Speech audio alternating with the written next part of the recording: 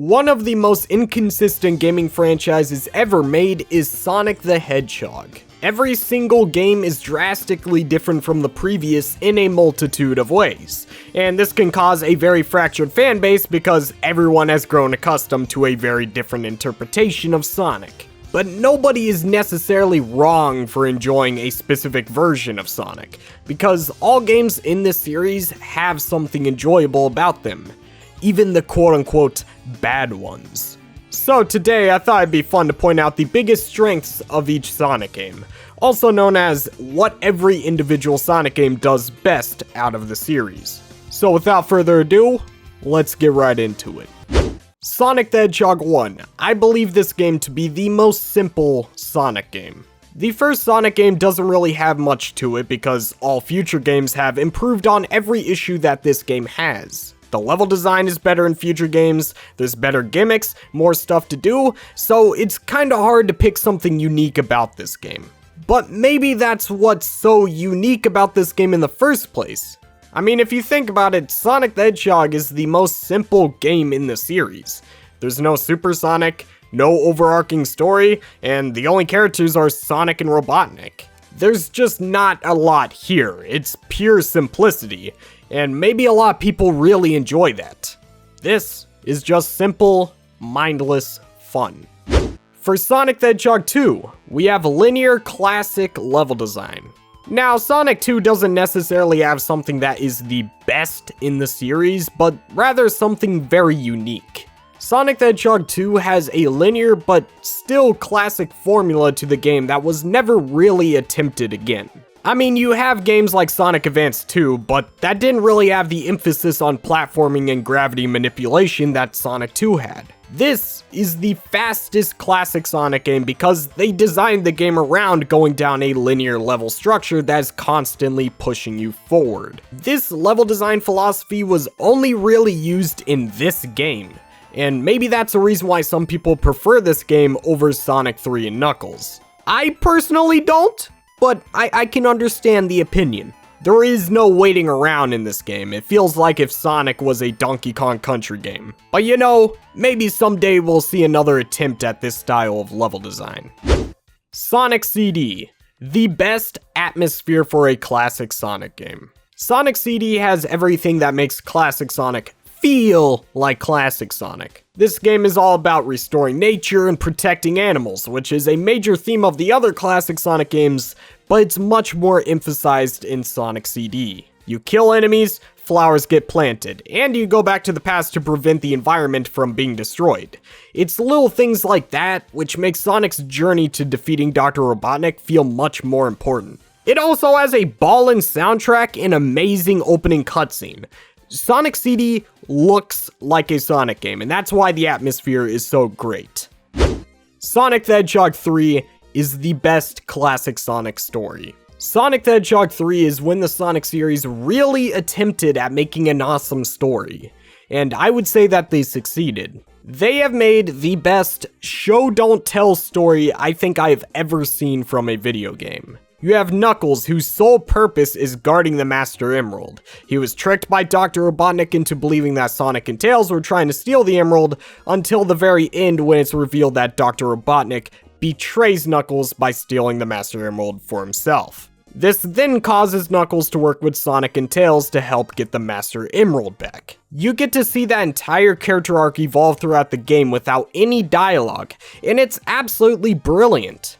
The way they structured these cutscenes just made the game feel like a story rather than Sonic just being dropped off in some random green hill somewhere. Similar to Sonic CD, this game's story gives you a lot more motivation rather than just get to the end of the game. Your actions have purpose this time around, and I believe this story is one massive reason why this is one of the most loved Sonic games in the series.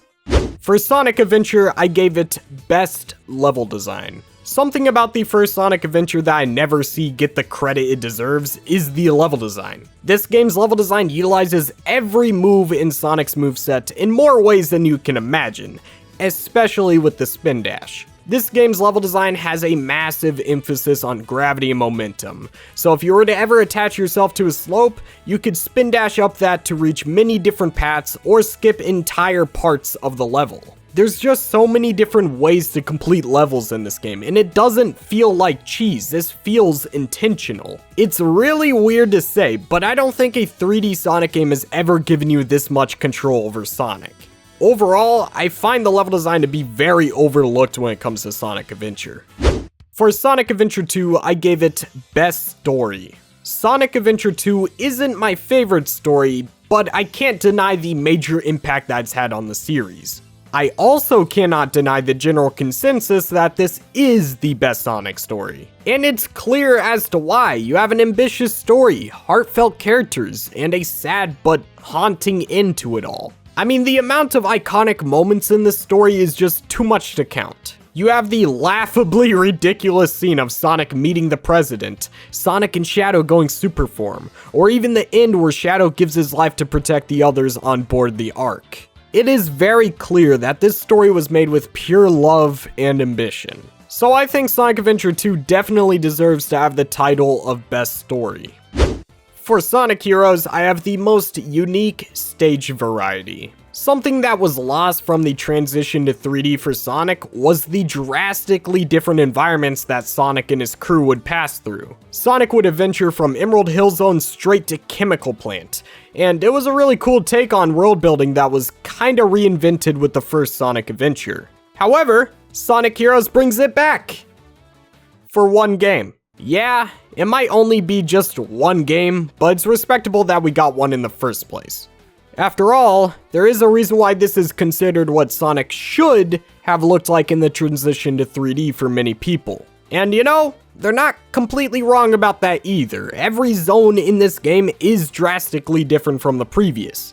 They are all filled to the brim with unique colors, great soundtrack, and it overall feels like you're in a unique area with every zone you visit. My favorite zones are Grand Metropolis and Mystic Mansion.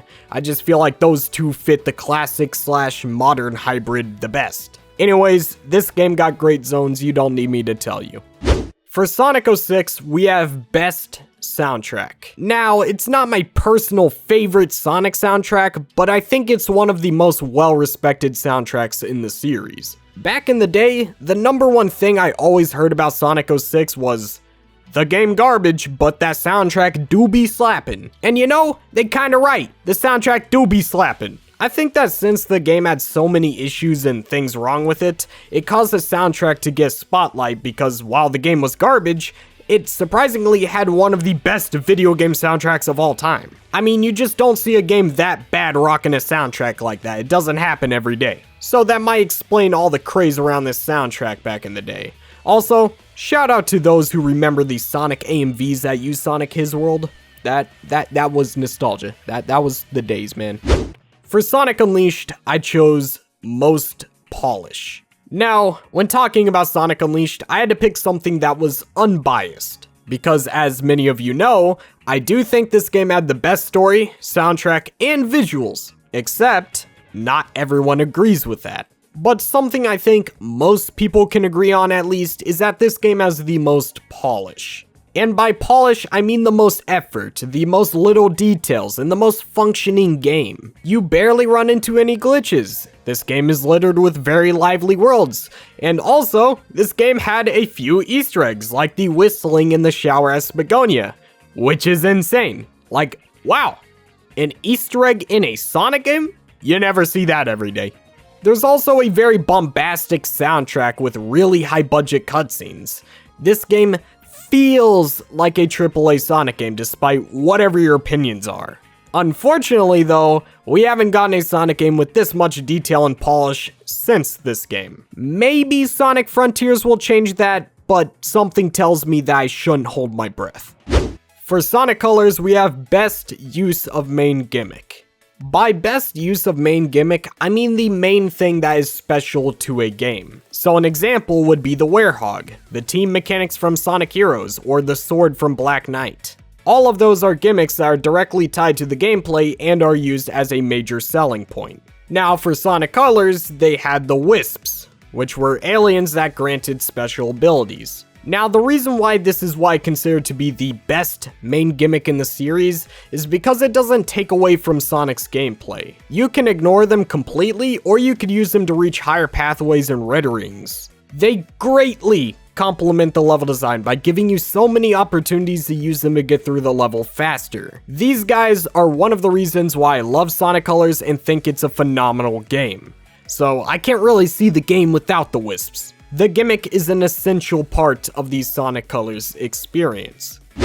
Sonic Generations, we have the most approachable Sonic game. I think most people can agree with this one. Sonic Generations is the most approachable Sonic game. And a lot of you may say, well, you think that because it's the only good 3D Sonic game. Well, no. I think this because this game is easy to follow and you're not thrown into a super ambitious world first thing. It kind of lets you dip your feet in the water before taking a cannonball. And this is important because Sonic is not a very approachable game series. And it's not approachable because there are no games that are similar to Sonic games.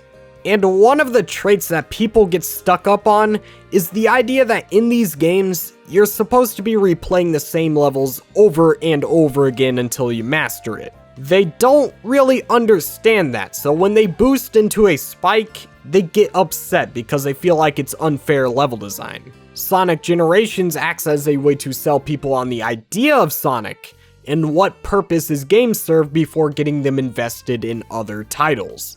Because once you understand what a game series is all about, that's when you can go back to some of the older titles that have aged and see all of the value that was left behind in those titles. The lost value in Sonic's case would be playable characters, an ambitious story, and profound set pieces. So if I was trying to get people on board with Sonic, I would always recommend Sonic Generations. And you know, it's actually worked a couple times, so I stand by the point of this game being very approachable. For Sonic Lost World, we have best animations from a Sonic game. This game has some of the best animations I've ever seen from a Sonic game. The jumps look stretchy, the running animation looks unique, and pretty much all of the parkour actions that you can perform all look smooth. This game has it down, and it kinda needed it considering that this was a game focused on parkour. But something I really do miss is the visual style of this game's animations. Like when Sonic runs, his feet actually spin like the Sonic CD Super Peel Out. Okay, I know that this is about to sound like a derp thing to say, but this game gives me the same feel of polish that Nintendo games give me. Like, I get it, it is heavily inspired by Mario, so it's kinda obvious why it feels like that, but I don't consider it completely bad because it just gives me that feeling that everything was fine-tuned. You know, you just don't really get that feeling too often with Sonic games. Now, by saying that, I am not saying that we should have stupid stuff like Beach World and Desert World in a Sonic game. I think that is stupid. We need Sonic environments, not Mario environments. But Nintendo polish is not a bad thing, guys. It is not a bad thing, let me tell you. You know, maybe an alternate universe if Sonic Lost World had different stage environments, the game would be more well received. But we'll never see that game come to fruition, so why are we even talking about this? Alright, for Sonic Mania, we have the most consistent classic Sonic game. So, some of you may disagree with this, but hear me out. I know that Sonic 3 versus Sonic Mania is a big debate, but I do think Sonic Mania is the more consistent Sonic game, because it stays one quality throughout the entire game. As far as I can see, there aren't any controversial zones in this game. Pretty much all of them are high quality. I mean, there is no Sandopolis, and there's also not a difficulty spike after completing half the game. It all stays the same quality. This game's special stages are fun and easy, zones don't drag on, and it's a well-paced game. Now yes, I will admit that I am biased in that point because I don't really know how to criticize this game because I don't have any criticisms, but I'm pretty confident in the fact that most people would have a consistently great experience with this game when compared to the rest. There's just no controversial features in this game, except if you don't like zones being reused. Which, I mean, at that point, that critique doesn't really affect the gameplay itself, so honestly, I think anyone can have a good time with this game. Case closed, moving on. For Sonic Forces, we have best customization.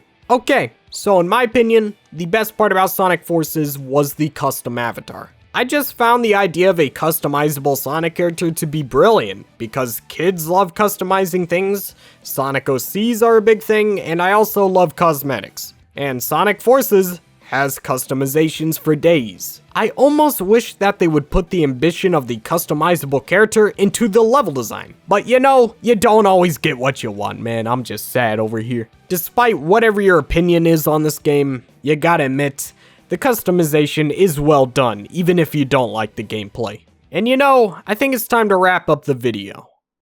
In conclusion, no matter how you feel about these Sonic games, there's still something pretty cool to appreciate in all of them. But also, remember that everyone has different tastes. It's okay if your friend likes something you don't. It's what makes us different. I have plenty of friends who think Sonic Heroes is a good game.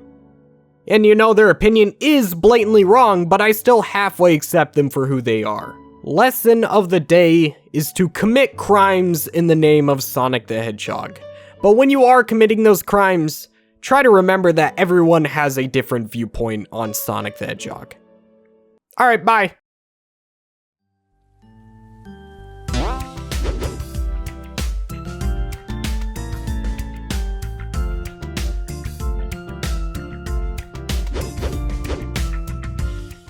My chill members are Epic Gaming with George, Speeder Light, SonicMan715, Snick, Storm, Archer XYZ, JNXV, Rocco MK, Sonic Hub, Thomas One Rye, Chip Chap Chop, Scape, Sonic Pip, The Squeaker Nerd, Super Shags, Boom, Sonic Extreme, and Super Saiyan Sonic. Thank you guys so much for supporting the channel. You guys went out of your way to help me.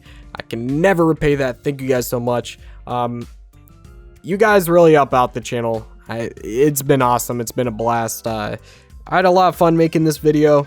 And you know, I'm ready to start this new video essay series. Alright, I know I've been talking about it, but I'm going to try and make it my next video. If it's not, I want you guys to bully me. Alright, I want you to bully me if it's not my next video. Alright, with that said, I love you guys. Adios.